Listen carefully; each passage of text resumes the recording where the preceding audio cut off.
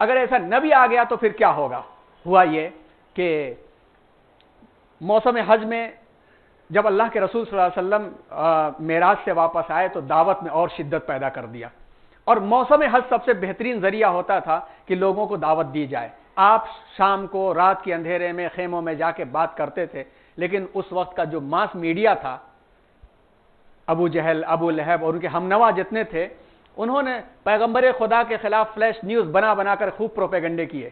آج جیسے پروپیگنڈا ہوتا ہے نا، پروپیگنڈا ہوتا ہے، خاص قسم کی ذہنیت کے لوگ اتنا پروپیگنڈا کرتے ہیں۔ آپ دیکھیے اخبارات کا حقائق کے ساتھ مطالعہ کیجئے، ایک مہینے کے اندر اخبارات کے اندر جو خبریں آئی ہیں اس نے سب کی پول کھول دی۔ کتنے بے قصور نوجوان رہا ہو کر کے باہر آ گئے، اور پڑوس کے ملک کو فوج کی جاسوسی کرنے والے کس پارٹی کے لوگ تھے، اخبارات میں سامنے چیز آ گئی۔ ان کا نام فلیش نیوز بنا بنا کر کے نہیں آیا، ایک مسلم نوجوان کا آیا تو ایک دن تک فلیش نیوز چلتی رہی۔ یہ فلیش نیوز چلتی رہتی ہے، اس وقت بھی چلتی رہتی تھی، لیکن قرآن میں اس کا بھی تو تذکرہ ہے، ان الذین ینفقون اموالہم لیصدوا عن سبیل اللہ، کہ جو لوگ اپنی طاقت، اپنی دولت صرف کر رہے ہیں کہ لوگوں تک نور خدا کو پہنچنے ہی نہیں دیں گے، وہ کریں گے۔ ایک دن ایسا آئے گا کہ ان کا ایسا کرنا حسرت بن جائے گا، حسرت بن جائے گا۔ یہ حالات بتا رہے ہیں کہ وہ لوگ حسرت بن چکا ہے، اور اس کو روکنے کی خاطر جی جان توڑ محنت ہو رہی ہے، اور دنیا دروازہ کھولے، دل کھولے ہمارا انتظار کر رہی ہے، لیکن ہم اس در پہ نہیں ہیں۔ اللہ کے رسول صلی اللہ علیہ وسلم کے زمانے میں بھی یہی فلیش نیوز بنا بنا کر کے، کبھی مجنو کا نعرہ لگا کر کے پورے بچوں کو پیچھے پیچھے دھکیل دیا جاتا تھا، کبھی جو ہے دیوانہ، کبھی جادوگر، سب کہہ کر کے پروپیگنڈے خوب کیے جاتے تھے، اور جگہ جگہ نمائندے منتخب کر دیے جاتے تھے تاکہ لوگوں کو بھڑکائیں، ورغلائیں، حقیقت تک رسائی ہو نہیں سکے۔ لیکن اللہ کا نظام ہے کہ حقیقت چھپ نہیں سکتی بناوٹ کے اصولوں سے، خوشبو آ نہیں سکتی کاغذ کے پھولوں سے۔ اچھے دن کچھ بھی دکھاؤ گے، اللہ رب العزت جو اچھے دن دکھاتا ہے وہ اخلاق اور کردار اور محبت کے ساتھ دکھاتا ہے، اور یہ اخلاق اور کردار اور محبت چھپ نہیں سکے گی۔ لوگ پہنچ جائیں گے وہاں تک، لوگ پہنچ جائیں گے۔ اور ایسے ہی ہوا کہ یہ اوس اور خزرج کے لوگ وہاں پہنچے اور ان کو وہ نور مل گیا۔ یہاں پر نئے مرکز کی تیاری، دعوت کا مزاج بھی یہی ہے، دعوت کا مزاج یہی ہے کہ دعوت دینے والا، دعوت کا مطلب زبان کی دعوت کو کبھی دعوت پورا نہیں کہنا چاہیے، دعوت عمل کی دعوت اصل میں ہوتی ہے۔ عمل کے ساتھ ساتھ دعوت دینے والا شخص جب اپنی سچائی اور محبت کی بات کو پھیلاتا ہے تو سب سے پہلے جو فطری لوگ ہوتے ہیں وہ دامن میں آ جاتے ہیں، اور اللہ ایک قلعہ بنا دیتا ہے، جیسا کہ سیدنا ابو بکر صدیق، حضرت علی، حضرت عثمان، طلحہ، زبیر اور حمزہ، عمر، یہ لوگ آ گئے، ایک قلعہ بن گیا، اور ایسا قلعہ بن گیا کہ جس کو کوئی توڑ نہیں سکتا تھا، جس کو توڑ نہیں سکتا تھا۔ جیسا پچھلے ہفتے ہم نے بتایا کہ جب معراج سے حضور واپس آئے تو نئے ایمان والوں کے دل میں بھی شک پیدا ہوا، تو ابو جہل دوڑا دوڑا ابو بکر صدیق کے پاس گیا کہ ممکن ہے کیا، ایسے شخص کے بارے میں تم کیا کہتے ہو جو ایسی ایسی باتیں کہتا ہے؟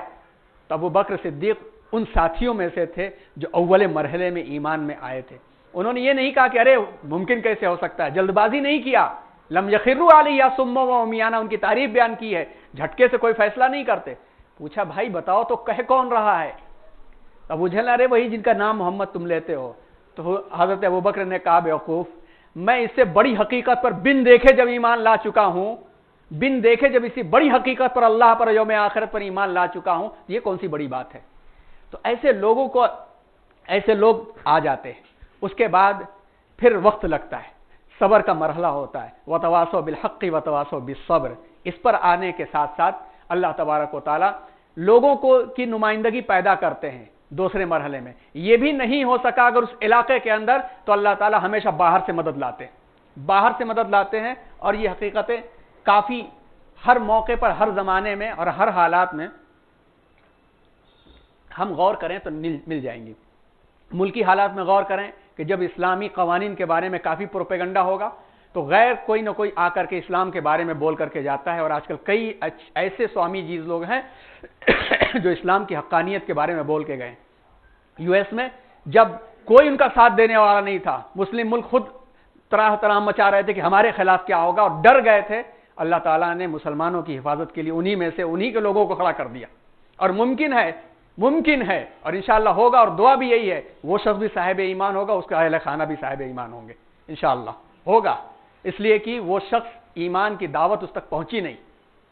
ایمان کی دعوت پہنچی نہیں، اگر اس کے حق میں نہیں ہوگا تو تیسری چیز ہوتی ہے اللہ اس کو نیست و نابود کر دیتے ہیں۔ ابو جہل کا نیست و نابود ہوا، ابو لہب نیست و نابود ہوا، یہ دعوت کا مزاج ہے۔ تو اہل یثرب تک نور اسلام پہنچا، اور پہلے وہلے میں اہل یثرب جو بہت عرصے سے یہود کی گھڑکیوں کو سن رہے تھے کہ ہم اہل کتاب بس آخری نبی کے منتظر ہیں جو عنقریب آنے والا ہے، اس کے بعد ہماری حکومت ہوگی اور ہم تم سب کی اچھی طرح خبر لینے والے ہیں۔ تو یہ 6 لوگ تھے، شام کے وقت میں آپ صلی اللہ علیہ وسلم پہنچے، اور پہنچنے کے بعد ان سے بات کیا تو پہچان گئے یہ تو وہی ہے جن کی شناخت یہود کرتے ہیں، لاؤ قبل اس کے کہ یہود تک ان کی خبر پہنچے، ہم ہی کیوں نہ آگے بڑھ جائیں، اور ان سعادت مندوں نے بلا تاخیر نبی آخر الزماں کو پہچان لیا اور دامن اسلام میں آ کر رہبر انسانیت خود بن گئے۔ اور اول وہ کون تھے اس میں؟ اسد ابن زرارہ، اوس ابن حارث، رافع ابن مالک، قطبہ ابن عامر، عقبہ ابن عامر، حارث ابن عبداللہ شامل تھے۔ ان سے نور اسلام مدینۃ المنورہ منتقل ہوا۔ جب یہ لوگ واپس گئے تو جانے کے بعد دوسری بیعت، اب جس مقام پر یہ ملاقات ہوئی تھی، جس مقام پر ایک گھاٹی میں ملاقات ہوئی تھی، اس میں پہلے لوگ 12 افراد، یہ جب واپس گئے تو اگلے سال 12 افراد واپس آئے۔ تو ایک گھاٹی عقبہ کی گھاٹی کہی جاتی ہے، ہر موسم حج میں 621 میں 12 افراد آئے، اور آنے کے بعد انہوں نے اسلام کی سچائیاں اور اچھائیاں دیکھا اور ایمان انہوں نے قبول کیا۔ جب یہ جانے لگے تو حضور اکرم صلی اللہ علیہ وسلم سے مطالبہ کیا کہ ہمارے لیے کوئی مربی بھیج دیجئے، کوئی تربیت کار بھیج دیجئے۔ تو یہ سعادت حضرت مصعب ابن عمیر کے ہاتھ میں آئی، حضرت مصعب ابن عمیر کے ہاتھ آئی، اور حضرت مصعب ابن عمیر ان 12 افراد کے ساتھ مدینہ منورہ واپس ہوئے، اور انہوں نے جا کر کے مدینے کے اوس اور خزرج کے لوگوں کے درمیان میں جو ان کو تلاش تھی اس تلاش کو پیش کیا۔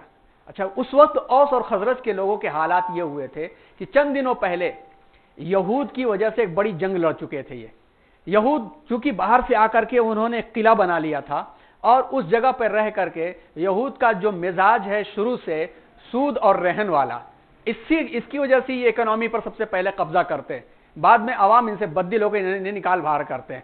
تو ان کو یہ چیزیں چاہیے ہوتی تھی، آپس میں لڑا کر کے یہ اپنا معاملہ حل کرتے تھے۔ اسی زمانے میں یہود میں ایک بڑا مضبوط شخص فتیون نام کا پیدا ہوا، اور وہ شخص اتنا اسٹرانگ ہوا کہ اس کی اتنی چلتی تھی کہ اس نے یہ تک اعلان کر دیا کہ شادی کسی کی ہو اور اس کی شادی ہونے سے پہلے اس کی بیوی اس کے پاس گزارے گی وقت، اس کے بعد جائے گی اپنے شوہر کے پاس۔ کسی کی ہمت نہیں تھی کہ اس کے بات کا انکار کر سکے، یہ جرأت تھی اس کی، یہ پاور تھا۔ اسی زمانے میں مالک ابن عجلان ایک اوسی سردار تھے، ان کی بہن کا معاملہ ایسے ہی پیش آیا، بہن کے بارے میں بھی اس نے صادر کیا حکم۔ شام کے وقت ان کی بہن گھر کے سامنے سے گزر رہی تھی، بہن کو پریشان دیکھ کر کے انہوں نے جب پرسی کیا تو بہن نے ایک تانا دیا کہ اب کیا دیکھ رہے ہو، کل جو حالت آنے والی میری اس سے بدتر ہوگی۔ اس پر ان کی غیرت حمیت جاگ اٹھی، اور زنانہ لباس میں بہن کے ساتھ خود بھی اس کے کمرے میں پہنچ گئے، اور دست درازی کرنے سے پہلے اس کا قتل کر دیا۔ اور قتل کرنے کے بعد وہ شام بھاگ گئے۔ شام میں عیسائیوں کی حکومت تھی، غسانی حکومت تھی جو یہود کے دشمن تھے، اور غسانیوں کے بادشاہ کی طرف سے ایک نمائندہ انہوں نے مدینہ مدعو کیا۔ اس نمائندے نے آ کے سب کو بلایا اور سب کو بلا کے تحفے تحائف دینے کا سلسلہ شروع کیا۔ یہود کے سرداروں کو بھی ایک جگہ بلایا اور بلا کر کے سب کو قتل کرا دیا۔ وہاں سے یہود کی طاقت ٹوٹ گئی، مگر یہود اندر دشمنی لیے ہوئے بیٹھے تھے اور انتشار کراتے رہتے تھے، اور یہی کہتے تھے کہ آخری نبی کے ساتھ مل کر کے ہم تمہارا جواب دیں گے۔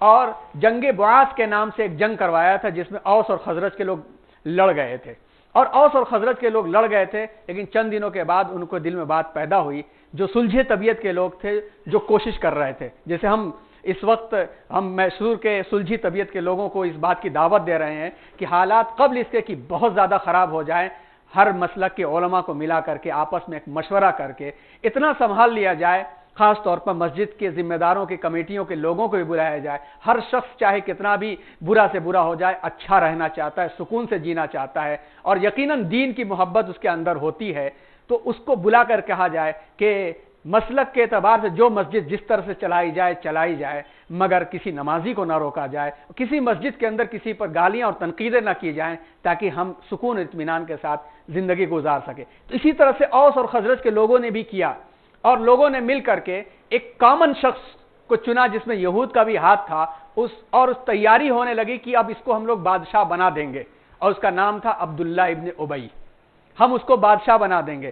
اصل میں اس کے سلیکشن کے اندر یہود کا بھی ہاتھ تھا، لیکن چونکہ نان کنٹروورشیل تھا وہ، اس لیے اس کے بارے میں مشورہ ہو گیا تھا کہ ہم سب مل کے اس کو سردار مان لیں گے، اور اس کا تاج بھی تیار ہونے لگا تھا۔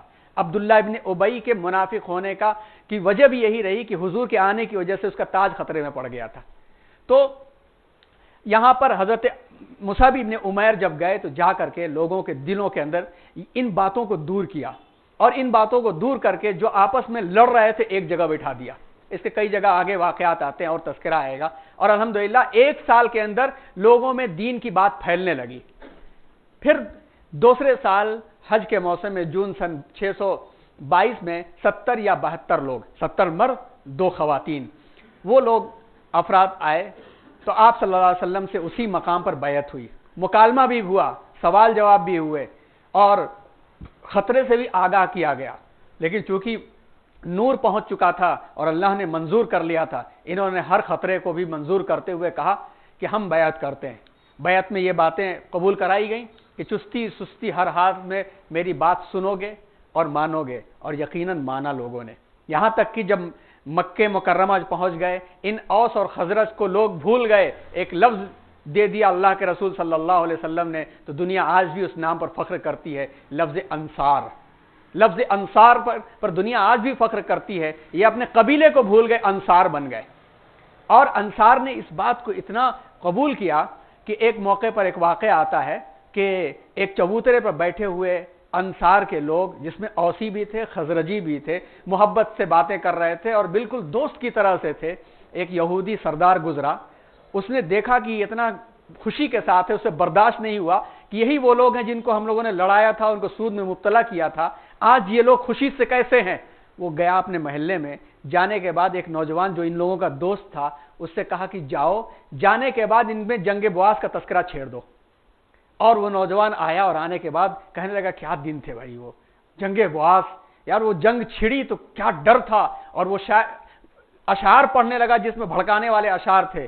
تھوڑی لمحے میں اوس اور خزرج کے لوگ جو ہیں کھڑے ہو گئے، تلواریں نکل آئیں۔ اللہ کے رسول صلی اللہ علیہ وسلم کو پتا چلا، آپ آئے، آنے کے بعد یاد دلایا، فوراً سب نادم ہوئے اور تلواریں اندر چلی گئیں۔ تو حمیت تھی، لیکن ہمیشہ اس بات کو انہوں نے مانا۔ تنگی اور خوشحالی ہر حال میں مال خرچ کرو گے، کیا۔ یہاں تک کہ ذات الرقا جب غزوہ آیا جس میں پیروں میں چیتھڑے لپیٹ کر کے نکلنا پڑا جنگ کے لیے، تب بھی لوگوں نے کیا۔ بھلائی کا حکم دو گے اور برائی سے روکو گے، جن کا سلسلہ نسب الانصار تک پہنچتا ہے، ایوب انصاری تک پہنچتا ہے، اور آج بھی ہندوستان میں انصاری برادری کے جو لوگ ہیں آپ دیکھیے، وہاں پر علماء اور حفاظ کی تعداد سب سے زیادہ ہے۔ ہمارے علاقوں میں مئو کا علاقہ اور اعظم گڑھ کا علاقہ اور بنارس کے علاقے میں انصاری برادری کے لوگوں کی کثرت ہے، قطاع انصار کہا جاتا ہے وہ۔ وہاں پر اگر گھر میں 10 بچے ہیں تو کبھی کبھی تو 10 کے 10 حافظ اور عالم ہیں، اللہ نے وہ دیا ہے۔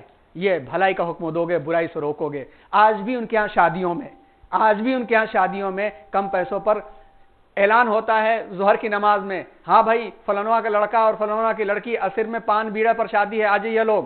معلوم یہ ہوا کہ عصر کی نماز میں چائے پر، اور چائے بھی نہیں، پان بیڑا کھلایا، شادی ہو گئی۔ گرچہ اب علم سے دوری کی وجہ سے ہر طرح تھوڑا اثر ہو رہا ہے، لیکن الحمدللہ آج بھی بدرجہ لوگ بہتر ہیں انصار کے لوگ۔ اللہ کی راہ میں اٹھ کھڑے ہوگے اور اللہ کی راہ میں کسی ملامت کرنے والی کی پرواہ نہیں کرو گے۔ اللہ کا معاملہ اور دین کا معاملہ آتا ہے تو نہیں پرواہ کرتے۔ پھر حضور نے فرمایا جب میں تمہارے پاس آ جاؤں تو تم میری مدد کرو گے، اور جس چیز سے اپنی جان اور اپنے بال بچوں کی حفاظت کرتے ہو میری بھی حفاظت کرو گے۔ یہ وہ بیعت تھی کہ صحابہ کرام یعنی اللہ کے رسول صلی اللہ علیہ وسلم نے 70 افراد سے ہاتھ پکڑ کر کے بیعت کیا، اور خواتین سے، چونکہ شروع سے ہی نظم تھا کہ غیر محرمات کو آپ نہیں چھوا کرتے تھے، خواتین سے ہاتھ ملا کے بیعت نہیں کیا، مگر بیعت میں وہ بھی شامل تھیں۔ پھر ہجرت ہونے لگی۔ یہ واقعہ بہت تفصیلی ہے، اور آپ کو چاہیے کہ اس واقعے کو اگر سلجھے ہوئے انداز میں بالکل مسلسل انداز میں پڑھنا ہے تو الرحیق المختوم مولانا صفی الرحمان مبارک پوری کی اردو ٹرانسلیشن کتاب ہے، آپ اس کو پڑھیے، بہت سلجھے انداز میں اس میں بیان کیا گیا ہے، اور وہاں پر وہ مظالم بھی بیان کیے گئے ہیں کہ پڑھنے سے احساس ہوتا ہے کہ یہ دین جس کو ہم لوگوں نے کھلواڑ سمجھ لیا، ہم لوگ اپنے طور پر اپنے مسلکوں کے دین ہم جو بنانے لگے ہیں، صحابہ کرام نے کیا کیا قربانیاں دی۔ حضرت بلال حبشی کا واقعہ کیسے ہم بھول سکتے ہیں؟ بلال حبشی کا واقعہ کیسے بھول سکتے ہیں کہ مالک مار رہا ہے، دین کی دعوت پہنچ گئی، زبان بھی نہیں آتی ہے ان کو، حبشہ کے تھے، زبان بھی نہیں آتی ہے، اور احد احد احد احد یہ لفظ نکل رہا ہے، نہیں مانے، وہاں پر کوڑے سے مار مار کر کے جب ان کی حالت نہیں بدلی کافروں مشرکوں کی، تو لا کر کے مکے کی تپتی ہوئی ریت، جو لوگ حج کرنے گئے ہوں گے ان کو اندازہ ہوگا اور کہ اس وقت کی کیا ہو سکتی ہے، تپتی ہوئی ریت پر پتھر کی سل اوپر ڈال کر کے، اس کے باوجود بھی احد احد احد کہا کرتے تھے۔ حضور فرماتے تھے کہ ابو بکر مجھے اس پر رحم آتا ہے، مجھے رحم آتا ہے۔ حضرت ابو بکر جی کہتے ہیں یا رسول اللہ میرا ارادہ اس کو خریدنے کا ہے۔ حضور فرماتے ہیں اس کو خریدنے میں میرا بھی حصہ شامل کر لینا۔ کیا سختی دیکھیں، ہم دیکھتے ہیں کہ بلال کا مقام کہ حضور جا رہے ہیں تو ان کے پیروں کے گھسیٹنے کی آواز جنت میں نظر آ رہی ہے، مگر ان کی کیا سختی تھی۔ وہ روایت تو ہمیں نہیں مل سکی، لیکن ہمارے اساتذہ بیان فرماتے ہیں کہ کل قیامت کے روز اللہ تعالیٰ مطالبہ کریں گے، بلال احد احد جس طرح سے کہا کرتا تھا تو آج بھی کہہ دے، مگر وہ جرت بلال کو ہوگی، وہ کہیں گے کہ اللہ تجھے مزہ آ جائے گا، تیرے بلال کو مزہ نہیں آئے گا۔ بلال کو مزہ آنا ہے تو مجھے وہی مکے کی تپتی ہوئی ریت چاہیے، وہی کافر چاہیے، وہی سل چاہیے، اور میرے بدن سے آلائش جھڑتی رہے گی، میں احد احد احد کہوں گا، مزہ آ جائے گا۔ کہاں چلے گئے ہم لوگ؟ حی علی الصلاۃ کی اذان دیتے ہیں، مگر کس جگہ اذان دیتے ہیں؟ کیا مسجد نبوی کی مسجد میں اذان دیتے ہیں، یا ہم یہ تاک کے اذان دیتے ہیں کہ فلاں مسلک کا گھس رہا ہے یا فلاں مسلک کا نہیں گھس رہا ہے؟ ہم کہاں پہنچ گئے؟ کیا حضرت ماں سمیہ کی قربانی بھول گئے؟ ماں سمیہ کو صرف ابو جہل نے نازک جگہ پر صرف اس لیے نیزہ مار کے شہید کر دیا تھا کہ رسول کا نام لیتی تھی، عمار کو مار مار کے ادھمرا کر دیتے تھے، یاسر کو اس میں جکڑ دیا، حضرت عیاش کو دھوکہ دے کر کے باندھ دیا۔ کیا صورت حال تھی؟ ماں سلمہ، ام سلمہ، ابو سلمہ اور ام سلمہ کو کیا قید کیا، تڑپا دیا۔ کیا صورت حال تھی، کیا قربانیاں تھی، اور مکے کی راہوں میں کیا کیا ان لوگوں نے کانٹے بچھائے، کس طرح سے سازشیں کی، یہ چیزیں ہمیں یاد کرنا چاہیے۔ یہ سبق کم سے کم تقریروں کے بجائے سیرت کے یہی واقعات پڑھ لیں تو ماشاءاللہ نوجوان محبت کو گلے لگا کے باہر نکلیں گے۔ یہ ساری تفصیلات تھی جس کو پڑھنا چاہیے۔ ہم تو یہ آپ سے درخواست کرتے ہیں کہ اس واقعے کو تو ضرور پڑھ لیں کہ ایمان ہم تک ایسے ہی نہیں آ گیا ہے۔ باپ مسلمان، دادا مسلمان، دادی مسلمان تو اللہ کا فضل ہو گیا ہے، لیکن بڑا نازک بھی ہے۔ اللہ کبھی نہ کبھی، اللہ کی رحمت اگر جوش میں آئی تو بڑا معاملہ خراب ہو سکتا ہے، غضب بھی جوش میں بہت تیز آتا ہے۔ اللہ ہم سب کی حفاظت کرے اور محبت کے ساتھ رہنے کی توفیق دے۔ دھیرے دھیرے مسلمان جا چکے تھے، اب چند لوگ بچے ہوئے تھے، حضرت علی، حضرت ابو بکر اور حضور اکرم صلی اللہ علیہ وسلم۔ ابھی اشارہ نہیں ملا تھا اللہ کی جانب سے، اشارہ ملا نہیں تھا، اور وہ لوگ جو بہت غریب تھے نہیں جا سکتے تھے، چند وہ لوگ بچے تھے۔ اللہ کی جانب سے اشارہ ملنے سے پہلے اہل مکہ نے ایک مشورہ کیا کہ اب یہ تو کامیاب ہو کے چلے گئے، اب تو خطرہ ہم لوگوں کے لیے آ گیا، یہ بھی کہیں نہ نکل جائیں، لاؤ ان کا صفایا کر دیتے ہیں۔